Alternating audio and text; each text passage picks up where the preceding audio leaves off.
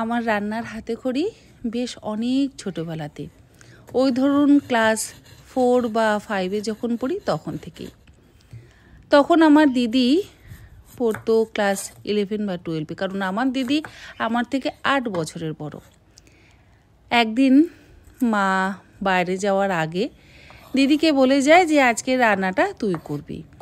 আর আমার দিদি বরাবরই একটু শান্ত এবং ভীতু প্রকৃতির, আর আমি ছিলাম একেবারে দিদির থেকে উল্টো স্বভাবের।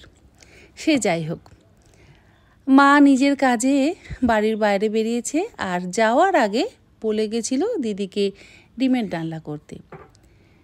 দিদি যেহেতু ভীতু মানুষ, সেই জন্য যথারীতি সে ভয় পাচ্ছে, আর আমি দিদির মনে সাহস জুগিয়ে দিদিকে বলছি, চল আজকে আমরা দুজনে মিলে বানাবো, আমি না হয় রান্নাটা করব, তুই আমাকে একটু সাহায্য করবি।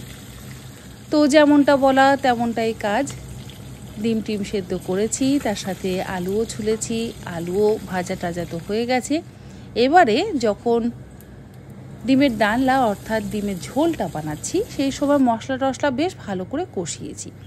কষানোর পর বেশ অনেকটা পরিমাণে হলুদ দিয়েছি। আমাদের বাড়িতে আবার কোনো রকম লঙ্কার গুঁড়োর ব্যবহার হতো না, মানে মা কখনো লঙ্কার গুঁড়ো ব্যবহার করে রান্না করতো না। যাই হোক, মশলা টশলা কষিয়ে বেশ পরিমাণ মতন তো হলুদ আর জল টল দিয়েছি। দিয়ে এবার যখন ঝোলটা ফুটছে, সেই সময় দেখছি ঝোল যত ফুটছে তত কিন্তু লাল রং হয়ে যাচ্ছে। এবারে ভাবছি লঙ্কার গুঁড়ো তো দিইনি, তাহলে ঝোল এরকম হলুদ রং না হয়ে লাল রং কেন হচ্ছে? তো আমি আবার দিদিকে বললাম, দিদি আরও একটু হলুদ দে, দেখবি যত বেশি হলুদ দিবি তত কিন্তু ঝোলটা বেশ একটু হলদে হলদে হবে। আবার হলুদ দেওয়ার সঙ্গে সঙ্গে দেখলাম ঝোলটা আরও লাল হয়ে গেল। তখন দিদি আবার বলল, তাহলে এবার সম্পূর্ণ ঝোলটাই ফেলে দিই।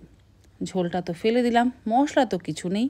আবার জল দিয়ে আবার হলুদ দিয়েছি, নুন দিয়েছি, দিয়ে আবার ফোটাচ্ছি।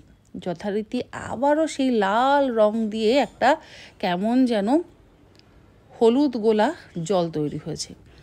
তারপর আবার কি করব, তারপর ডিমগুলো তো তুললাম, তুলে সমস্ত ঝোল ফেললাম, ফেলে আবার নতুন করে মশলা করে অল্প একটু হলুদ দিয়ে তারপরে ডিমের ডালনা বানালাম।